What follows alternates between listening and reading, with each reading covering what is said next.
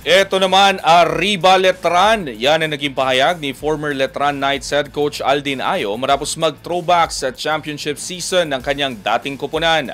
Ang ibang detalye alamin sa aking pag-abante.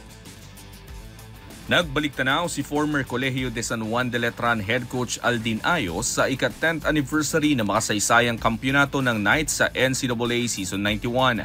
Sa isang Facebook post, ibinahagi ni Ayo ang simpleng mensaheng Arriba, ang tanyag na sigaw ng Letran community.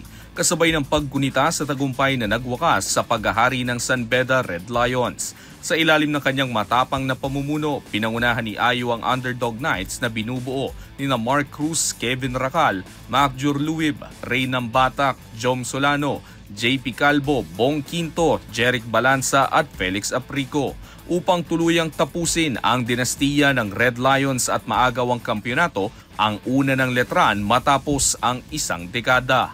Ayon sa mga taga-subaybay, ang panalong iyon ang nagpatibay sa reputasyon ni Ayo bilang isa sa pinakamatalineng coach sa collegiate basketball bago siya lumipat sa De La Salle University at University of Santo Tomas. Gayunman, muling nabuhay ang panawagan ng mga fans para sa pagbabalik ni Ayo sa UST Growling Tigers na kasalukuyang nahihirapan sa kampanya nila sa UAP Season 88 sa ilalim ni Coach Pido Harencio.